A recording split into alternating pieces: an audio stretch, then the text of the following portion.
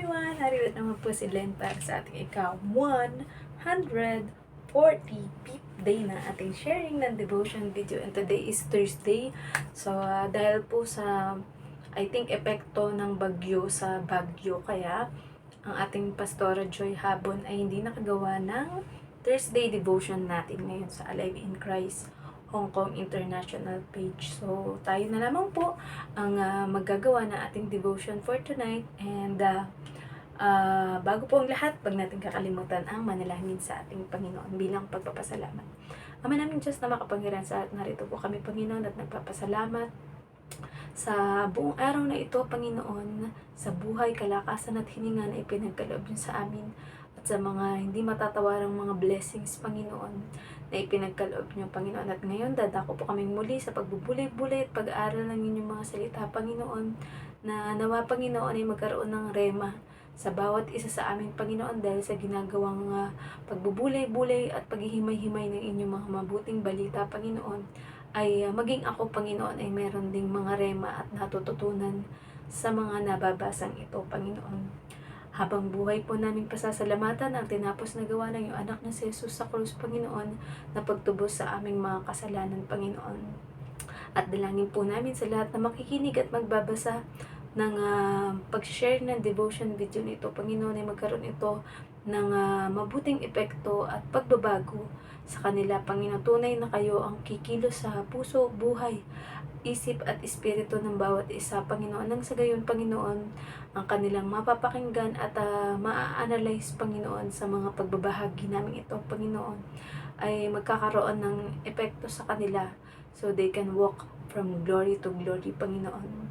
Salamat po sa karunungan, Panginoon, na nagmumula sa inyo, Panginoon, at sa katugunan sa aming mga panalangin at deepest prayer, Panginoon. Nagpapasalamat din po kami sa banal na Espiritu na ipinagkaloob niyo sa bawat isa sa amin, Panginoon. Nang sa gayon, Panginoon, ay masunod namin ang inyong kalooban, Panginoon, kung paanong dyan sa inyong kaharian sa langit, gayon din dito sa lupa, Panginoon. Salamat po sa kapatawaran ng kasalanan namin, Panginoon, at sa mga hindi pa po, Panginoon, nagiging assure of their salvation, Panginoon, na maisip ng bawat isa, Panginoon, that we are saved by grace through faith, Panginoon, at sa pamamagitan ng pagkilala at pagtanggap sa inyong anak na si Jesus bilang Diyos at tagapagligtas. Kayo po ang madakila at mapapurihan sa aming gagawing pag-aaral na ito sa bawat araw, Panginoon, at ang inyong lingkod po ay manatili lamang na nasa likuran ninyo at nasa pinakamababa, Panginoon, at huwag ipagyabang o huwag maging mayabang sa kung anong pinagkaloob nyo, bagkus ay laging magpasiyasat sa inyo, Panginoon. And ang aming laging masasabi ay, without you, Lord, in our life, we can do nothing. Kaya nais namin na laging manatili sa inyong presence, Panginoon, because in your presence there is fullness of joy. Kahit ano man ang aming mga pagdaanan, muli binabalik po namin lahat ng papuri at pasasalamat sa tanging pangalan ng inyong bugtong na anak na si Jesus. Amen. So, narito po tayo sa Lucas 20:19. Sabi dito, tungkol sa pagbabayad ng buwis. Tinangka ng mga tagapagturo ng kautusan at ng mga punong pari na dakpin si Jesus sa oras ding iyon, sapagkat nahalata nilang sila ang tinutukoy niya sa talinghaga, ngunit natakot sila sa mga tao. Message: dito naman ay tatalakayin ang tungkol sa pagbabayad ng buwis, dahil tinangka daw ng mga tagapagturo ng kautusan, pati ng mga punong pari na dakpin o hulihin si Jesus ng oras na iyon. Dahil lalata daw ng mga ito na sila ang tinutukoy sa sinabing talinhaga nito. Pero napigilan sila at natakot dahil kitang-kita iyon ng mga tao. Application: di ba nga at mapapatunayan dito na nahalata na ng mga relihiyoso at may kaalaman sa kasulatan na sila nga ang tinutukoy ni Jesus? Kaya sa galit nila ay ora mismo ay nais nila itong hulihin, pero natakot sila sa mga taong makakakita sa gagawin nila. Di kasi nila alam na kabisado din ni Jesus ang kasulatan, maging ang iniisip ng bawat tao. Kaya maaring may mga kunin siyang mga aral sa kautusan, lalo na kung angkop ito sa sitwasyon.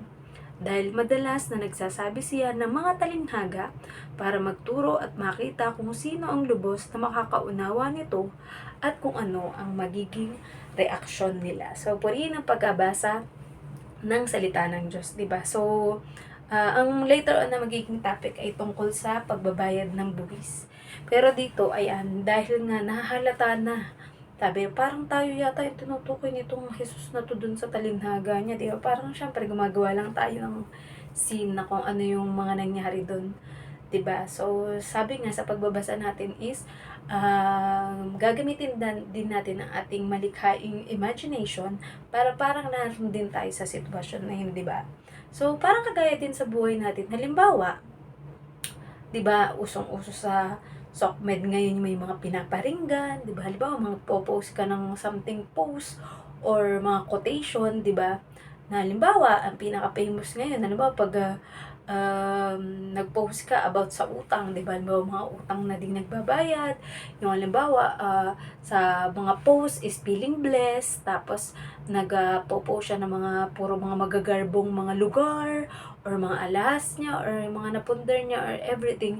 Pero yun pala ay pagyayabang at marami siyang mga utang na tinatakasan, di ba? Yung kumbaga kailangan niya magpanggap or nagpapanggap siya sa SOCMED that that person is rich or marami siyang pera, marami siyang yung para kainggitan siya ng mga tao, di ba? Pero sa kaloob-looban pala is marami pala siya itinatago na mga masasamang ginagawa, di ba? So, ganun din yung nangyayari dito sa sitwasyon na to, di ba? Na dahil sinasabi sa pagkakasabi ni Jesus ay sila yung mga mababagsak, yung kumbaga babagsak sa bato na si Jesus nga, 'di ba? Sabi nga si Jesus is the rock, siya yung manatiling the rock, 'di ba? Na kung saan isa din sa explanation diyan, kapag tayo ay nagtayo ng isang bahay, mas maganda na ang pundasyon nito ay bato, 'di ba? Kasi kapag sa buhangin ka nagtayo ng bahay is madali itong masisira o ma-wash out, 'di ba? Pero kung ito ay sa bato tapos nilagyan mo pa ng semento, 'di ba? Ay talagang mas matibay ang iyong magagawang bahay, 'di ba? So ayun na nga.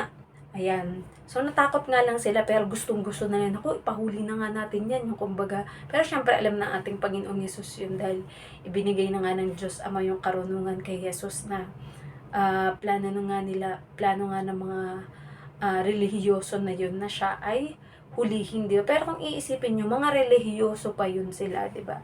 Bakit hindi yung mga ordinaryong tao? Kasi nga, may kaalaman sila pagdating sa kasulatan. Tapos, siguro nagtataka sila, bakit kaya alam nitong si Jesus yung sinasabi na ganun sa kautusan, tapos talagang kinote niya pa na galing sa awit, di ba? Kumbaga sila, during their time is bagong tipan na sila. Yung kinote niya ng mga awit is, ano pa yun, sinulat yun ni Haring David. 'Di ba? So, hindi pa nabuhay si Jesus nung panahon ni Haring David. Pero hindi nila alam na even starting before the creation, nandyan na ang ating Panginoong Jesus. Kaya alam niya yung lahat ng mga nangyari. At pwede niyang i-quote yung kahit kila Moises, kila Abraham, 'di ba? Kung gugustuhin niya. Kasi nga, alam niya yan, from the beginning was the Word. At yan ang ating Panginoong Jesus, 'di ba? Na kahit halimbawa, hindi nila alam na alam ng ating Panginoong Yesus kung anong laman ng isip nila, 'di ba? And yun na, makikita na yung naging reaction ng mga relihiyosong tao na ito is galit na galit sila. Kumbaga nanggigigil at nanggigilait sila na huliin na nga natin tong Jesus na to, baka marami pa tong mga sabihin na tungkol sa atin para mapalayo sa atin yung loob ng mga tao, 'di ba? Gusto niya yata sa kanya mapalapit yung loob ng mga tao at sa kanya maniwala. At hindi na sa atin na tayo yung mga kumbaga maimpluwensya o mga makapangyarihan dito sa panahon natin na to. Kasi noong panahon po na yun ng mga Israelita or mga Hudyo, ang nangingibabaw doon ay pamahalaan at saka mga relihiyoso. Kumbaga, kontrolado nila ang buong Israel dahil sila yung kumbaga nangunguna or itinatanghal at itinataas ng mga tao, 'di ba? Pero sa pagdating ng ating Panginoong Yesus na to, kumbaga gumagawa siya ng commotion, gumagawa siya ng para maakit sa yung mga bagay ba, para maakit sa kanya yung mga tao, sumunod sa kanya yung tao, 'di ba? Pero which is that is a normal way ng ating Panginoong Hesus para mag-evangelize, 'di ba? Yung magkakaroon talaga siya ng positibong epekto sa mga tao, hindi yung negatibo na aalipustahin ng mga tao, ilalayo ang mga tao, 'di ba? Hindi tuturuan ng mga tao, hayaan na lang na yung pagkakapaniwala nila is nakakatakot ng Diyos, hindi pwedeng lumapit sa Diyos, 'di ba? So ang ating Panginoong Hesus, dahil ang banal na espiritu ay nasa sa kanya at ang ating Diyos ay syempre in spirit, 'di ba? Pwede niyang gamitin ang physical na katawan ng tao na halimbawa, kailangan ng kapwa mo na tulong na pisikal. Kailangan magbuhat ng isang bagay, kailangan hawakan mo nang sa gayon siya ay hindi matumba or kailangan niya ng tagatulak ng wheelchair, 'di ba? Yung kumbaga tayo bilang physical, yung gagamitin ng ating Panginoong Diyos bilang instrumento para sa nais niyang ipabatid or iparamdam sa mga tao sa mundo, 'di ba? So tayo, pinagkalooban ng ating Panginoon Diyos ng kakayahan para magsalita or mag-comfort, magbigay ng advice, or any physical help na pwede nating maitulong sa ating kapwa, 'di ba? Yung sabi nga, kahit ang pinakamaibigay mo lang sa kapwa mo is ngiti, 'di ba? O halimbawa, malungkot siya pero nakita niya na nakangiti ka, syempre mahahawa siya sa iyo, ngingiti na rin siya, 'di ba? So, iba-iba yung epekto sa atin ng ating mga napapakinggan or naririnig. So, depende na lang sa atin kung ano ang magiging reaction natin. So, dito, makikita natin yung reaction ng mga relihiyoso at mga tagapagturo ng kautusan na negatibo yung kanilang reaksyon at nagdulot sa kanila na matinding galit at nais palalo nila na talagang ipahuli at ipapatay si Jesus dahil nga parang na-overpower sila, 'di ba? So, nawa kapag halimbawa meron nagsasalita sa atin or may mga nagsasabi sa atin ng mga negative, 'di ba? Kailangan makita sa atin yung fruit of the spirit that we have self-control, we have love, peace, joy, kindness, goodness, faithfulness, 'di ba? Na hindi mangingibabaw sa iyo na pairalin na magalit ka or kainisan mo yung taong yun, bagkus papayapain mo yung iyong sarili and mas pangibabawin mo yung mga karakteristik at quality ng ating Panginoong Yesus na kagaya ng pinakita niya sa mga taong to na kahit alam niya na may balak na ipapatay siya at humahanap lang ng paraan or butas para siya ay mapahamak, pero ang ating Panginoong Yesus ay mabuti pa rin ang naging treatment sa kanila, 'di ba? So, alam naman natin na sa ano mga battle natin, ang Diyos ang magtatanggol sa atin. And lahat ng mga pinagdadaanan natin, mapagtatagumpayan natin yan dahil kasama natin ang Diyos at di niya tayo iiwan ni pababayaan lang. So, nawa po may natutunan kayo sa ating sharing ng devotion video and let us all end up into closing prayer. So, Ama namin Diyos na makapangyarihan sa lahat, nagpapasalamat po kami Panginoon sa mga salitang ito na bagamat maigsi ang aming devotion Panginoon, ay alam namin Panginoon na sapat na ito upang lubos na maintindihan ng mga nakikinig Panginoon ang mensahe na nais niyong ipahatid sa kanila Panginoon. Tunay nga po Panginoon na kayo ang nakababatid ng laman ng aming puso Panginoon. At kung meron man mga tao Panginoon na mga may galit, inggit, o mga masamang mga balak sa aming Panginoon, ay kung ito po ay maaari ninyong ipabatid sa aming Panginoon o liwanagin ninyo ang isip ng mga taong iyon Panginoon, nang sa gayon ay hindi nila maisip na gawin ang mga makapagpapahamak sa kapwa nila Panginoon, dahil sila rin naman ang magdadala noon sa kanilang konsensya kung sakaling mapahamak ang kanilang kapwa Panginoon. Pangibabawin niyo po sa amin ang bunga ng banal na Espiritu Panginoon, kabaitan, pag-ibig, pagmamahal, kabaitan, pananampalataya Panginoon, lalong higit Panginoon ang pagkontrol sa aming sarili Panginoon, na hindi kami mabilis magalit, mainis Panginoon, at magdamdam sa mga maririnig namin Panginoon na negatibo man o hindi naangkop sa aming pandinig Panginoon. Alam po namin Panginoon na kayo ang maglilinis sa aming mga puso Panginoon, na sa gayon ay hindi ito magkaroon ng negatibong epekto sa amin Panginoon, bagkus ay lagi naming makikita sa amin ng mga tao, Panginoon, na naghahari kayo at ang inyong anak na si Jesus sa amin, Panginoon. Gayon din, Panginoon, dinadalangin ko po, Panginoon, ang lahat ng mga nagdadanas, Panginoon, ng mga financial problems sa kanilang trabaho, sa kanilang business, Panginoon, lalong higit ang Pilipinas ngayon, Panginoon, na maraming mga nasirang mga bahay, mga building, mga daan, Panginoon, na napakatindi talaga ng naging damage, Panginoon, sa Pilipinas. But we pray, Lord God, that you will restore the Philippines, Panginoon. Lahat ng mga nasira, Panginoon, it will be restored, Panginoon, into much more beautiful than the nasira, Panginoon. Ngayon din, Panginoon, dinadalangin ko po, Panginoon, ang mga may sakit at karamdaman, Panginoon. Ito man ay physical, ito man ay emotional at spiritual, Panginoon. Alam po namin, Panginoon, na kayo ang aming healer, Panginoon. Lalo higit ngayon, Panginoon, na sa katatapos lang na bagyo, alam namin na marami ang nagkasakit, nasugatan, nasaktan, nagutom, Panginoon, at maaring nawalan ng bahay, Panginoon. Pero we pray, Lord God, that you will take care of each and every one of the Filipinos, Panginoon, na nasalanta ng bagyo, Panginoon. Give them shelter, Panginoon. Give them food, Panginoon.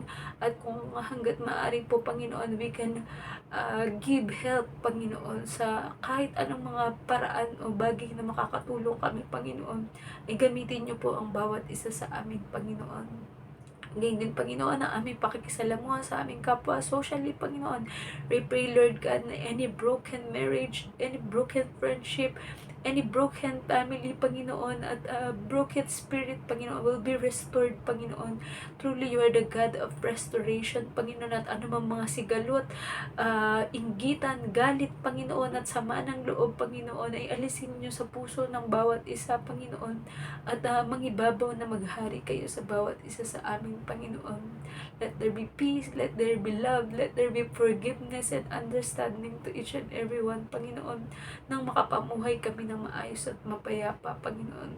Ngayon din po, Panginoon, dinadalangin po namin ng mga pastors, pari, Panginoon, teachers, prophets, evangelist, Panginoon, at mga misyonero, Panginoon, na humahayo, Panginoon, upang pumunta sa lahat ng sulok ng mundo at ng Pilipinas, Panginoon. We know, Lord God, that you will protect them, Panginoon. You will provide for everything they need, Panginoon.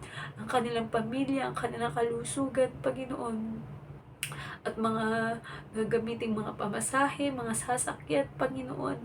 Alam po namin, Panginoon, na iingatan niyo sila, Panginoon, at makakabalik sila ng ligtas at maayos sa kanilang mga pamilya, Panginoon.